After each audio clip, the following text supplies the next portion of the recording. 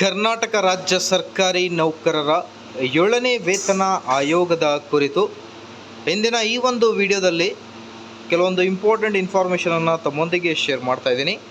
ವೀಕ್ಷಕರೇ, ದಯವಿಟ್ಟು ವಿಡಿಯೋನ ಕಂಪ್ಲೀಟಾಗಿ ವಾಚ್ ಮಾಡಿ and also request please like, share and subscribe to my channel and turn on the bell icon for all the latest update.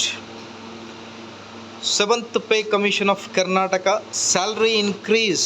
ಸರ್ಕಾರಿ ನೌಕರರಿಗೆ good news.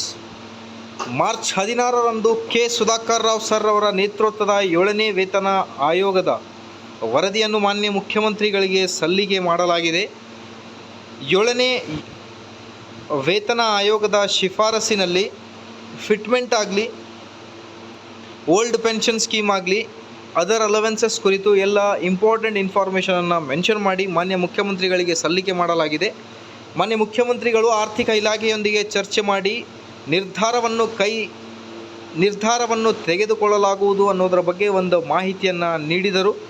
So ಹಾಗಾಗಿ ಕುತೂಹಲದಿಂದ ಕಾಯ್ತಾ ಇದ್ದ 7ನೇ ವೇತನ ಆಯೋಗ ಅನುಷ್ಠಾನ ಆಗುವುದು ಯಾವಾಗ? ಫಿಟ್ಮೆಂಟ್ನಲ್ಲಿ ನೋಡ್ತಾ ಬಂದರೆ 27.50% ಫಿಟ್ಮೆಂಟ್ ಏನಿದೆ, ಆ ಒಂದು ಫಿಟ್ಮೆಂಟ್ ಆಗಲಿ, DA ಇನ್ಕ್ರಿಮೆಂಟ್ ಆಗಲಿ, ಹಾಗೆ ಬಹಳಷ್ಟು ಶಿಫಾರಸುಗಳನ್ನು ಮಾಡಲಾಗಿದೆ. ಬೇಗನೆ ಮಾನ್ಯ ಮುಖ್ಯಮಂತ್ರಿಗಳು ಆರ್ಥಿಕ ಇಲಾಖೆಯೊಂದಿಗೆ ಚರ್ಚಿಸಿ 7ನೇ ವೇತನ ಆಯೋಗ ಅನುಷ್ಠಾನ ಮಾಡಲಿ ಅಂತ ಹೇಳ್ತಾ ಈ ಒಂದು ವಿಡಿಯೋನ ಇಲ್ಲೇ ಕಂಪ್ಲೀಟ್ ಮಾಡ್ತೇನೆ. Thank you dear friends.